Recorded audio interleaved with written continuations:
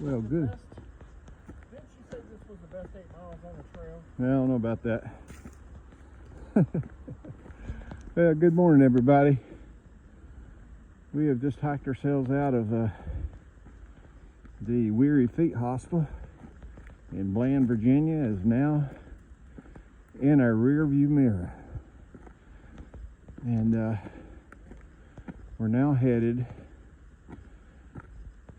to Woods Hole Hostel. We're still hostel hopping a bit, but we're hiking about 15.5 miles today. So yeah, this is gonna make up for that lesser day yesterday. So you can see I'm wrapped up. It's 31 today, I think, 32 degrees this morning, heading for about 50. And then tomorrow, I think we're gonna start seeing a lot of heat up, warm up, where we go up to into the low 70s. So that'll be good. I'll probably break out the shorts again. But yeah, it's gonna be a good day. I think the first 8 or 9 miles of this trek is not too bad, you know, rather simple. But then we hit a really big climb after about 9 miles. We go from like 2,000 feet up to 3,800 feet. So it's a pretty big climb. And then it levels off again. So if we can get past that big climb a little later in the day, we'll be okay. So anyway, I'll keep you posted as we make some progress, and if I see anything cool, then I'll certainly share it with you. Hope everybody has a great day. We'll talk to you down the trail.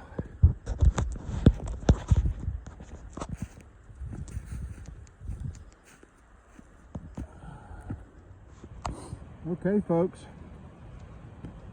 we've taken a Blue Blaze trail.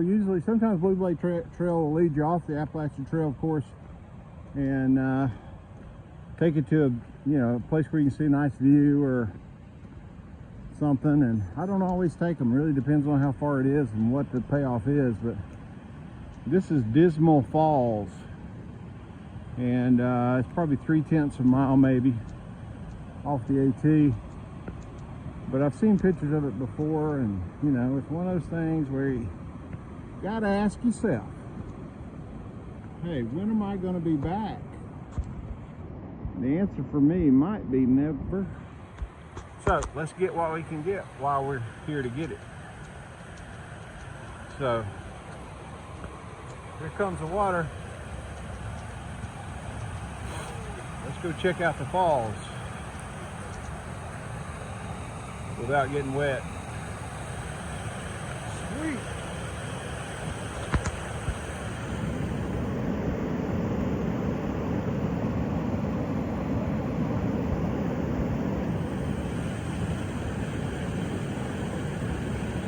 That's beautiful.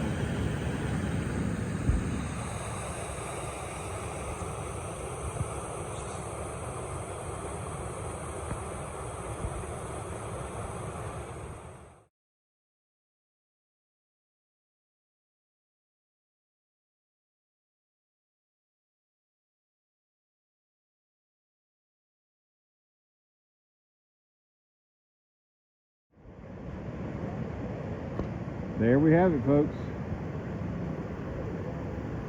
That was well worth 3/10 of a mile walk, I think, from the Appalachian Trail. So we'll have a half a mile invested in it, but again, when are you going to get back? So beautiful sight to see. I'm glad I was able to make it up here. That's called Dismal Falls. And I think they're anything but dismal, that's for sure. So anyway, now we're headed back to the Appalachian Trail.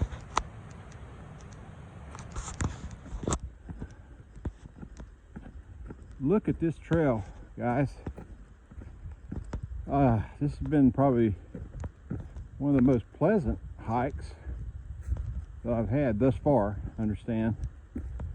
I know that there's a pretty significant climb coming up in about 3 more miles, I think it is. Right now it's good. We've done about 5.5 miles so far, I believe. And of course the ground was pretty flat, you know, as you're walking beside the river or creek, Dismal Creek, which turns, you know, that's where we saw that Dismal Falls. And this has been relatively flat. I can't even tell you it's been really tough at all. Of course, when we got out of the car, we had a little bit of up, which is typical. Anytime you're coming out of a gap, you're going to go up, but not much until it leveled off and started making really good progress past Dismal Falls and now through these beautiful lush pine thicket kind of thing. So it's turned into a real nice day for sure. And it's warming up a bit, so I'm going to be shedding this jacket here pretty soon. I'd say we're probably in the low to mid 40s, headed to probably 50 to 55. But and I know that there's a hill to climb, so I'm going to try to stop and have lunch, resituate my clothes, and get my mind right, put the game face on before climbing that big old hill. So we've got I think a couple of miles coming up where I'm gonna stop for a place called the Wapiti Shelter, and there's some history to that, so we'll stop there and spend some time there before heading on. So I'll check back with you in just a little bit.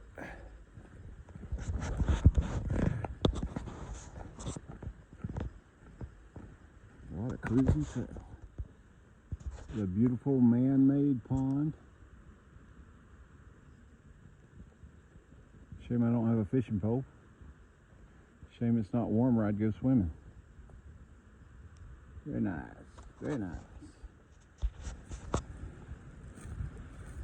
Okay folks, we've made it to the famous, or maybe I should say infamous, Wapiti Shelter.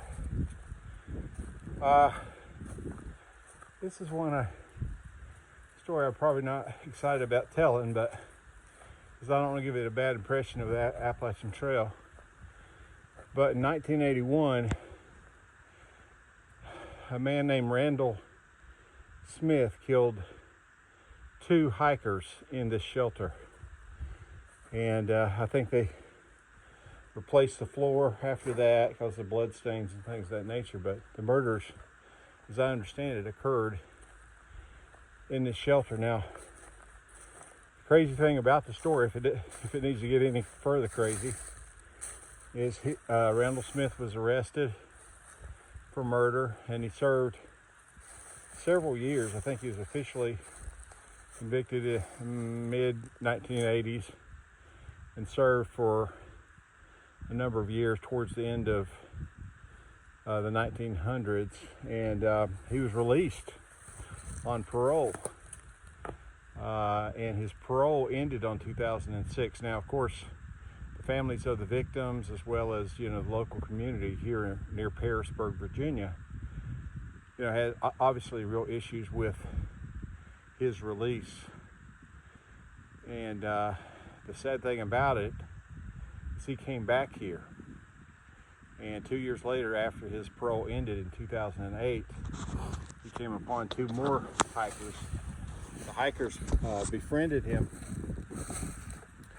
and spent some time with him, and ultimately he shot them as well.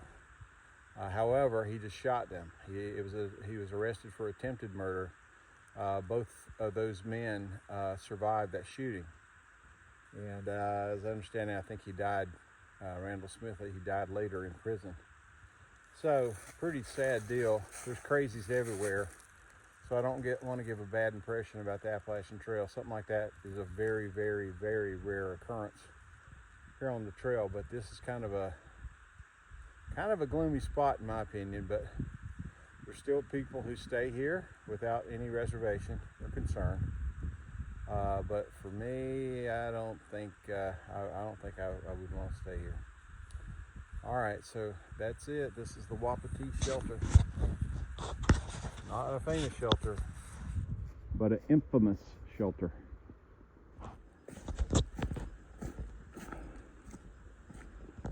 Back in the green tunnel, slowly starting our ascent up to this big climb that I've been anticipating most of the day.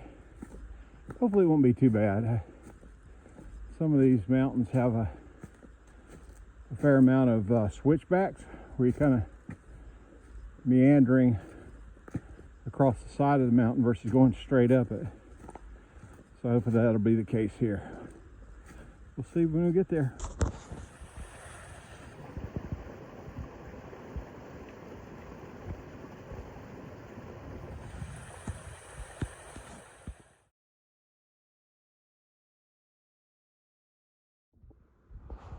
All right, folks, we are looking over Wilbur Valley. This is a view of Wilbur Valley.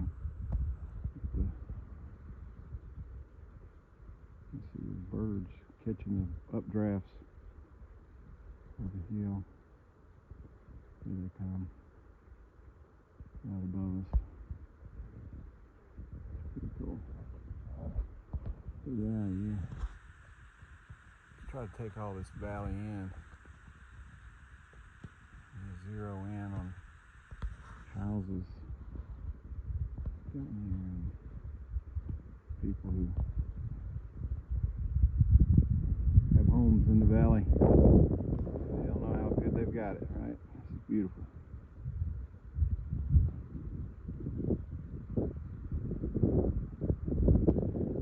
Very nice. Rock hopping.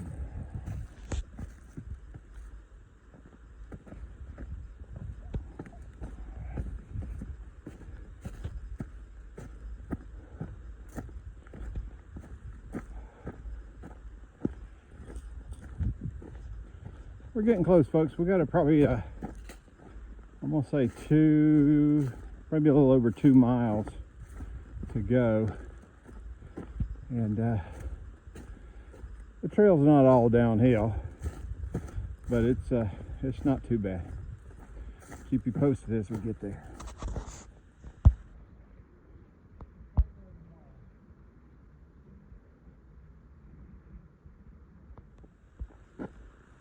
Hello. All right, folks, we've reached our destination. 15 miles today, a little over 15 miles actually. And we've arrived at another one of these really nice hostels. One of those iconic kind of hostels that everybody hopes to stay at. I know it seems like I stay at a lot of hostels, but I'm trying to experience the whole experience, you know what I mean? And for me, I want to, I can sleep in a tent in my backyard, but if I can enjoy the hospitality of one of these hostels, it would be great. Now, there's a lady who runs this hostel. Her name is Neville. I think that might be her trail name. And as I understand it, she inherited this property from her father and then prior grandfather or something. So this is kind of a long line of ownership, family ownership. And I think when she's done with it being a hostel, I'm not sure it'll ever be a hostel again, you know what I'm saying? So she really, this is her home. This is her family's home. And she's poured a lot into it. You can just see how pristine and clean it is. And this is real split log, kind of log cabins, old stuff. That's been really well maintained. So I look forward to getting in here and getting checked in and checking this place out.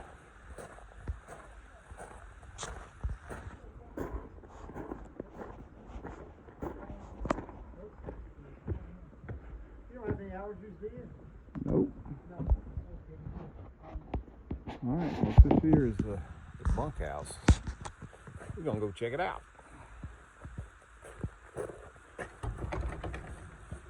All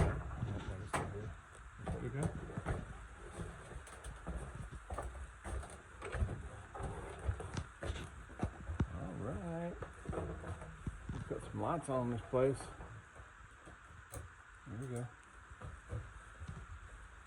All right, very rustic kind of cabin.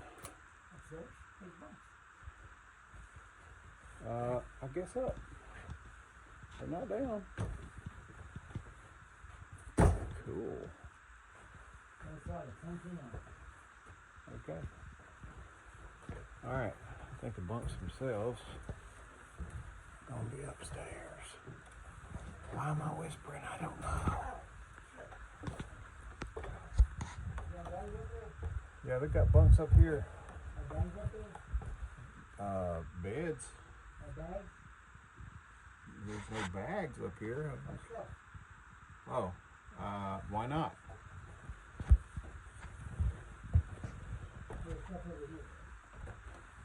Okay. I guess you just picked the one you want. I see lots of receptacles, which is really important to hikers. So you can charge all your stuff. It's very cool. All right, we'll keep looking around. Let's explore a little more. Here is a resupply closet. This would be like a store where you would get your stuff, right? Stuff you want to eat out on the trail. So you guys recognize these dinners. And they got ramens and potatoes and nor pastas and all kinds of various things you would eat. Although putting all this stuff out here on like tortillas. Delicious. They have meat sticks. Sausage, condiments. The squeezed peanut butter is really popular on the trail. You can put that on tortillas. Yeah. Get Pop-Tarts, of course, some Swiss Miss, oatmeals. Yeah, various things like toothpaste and things of that nature. Pretty much everything you would need in this little space, it's right here. So, yeah, chips. Very nice. All right, let's go down here real quick and give you a tour of the washroom. Since I'm in the midst of washing.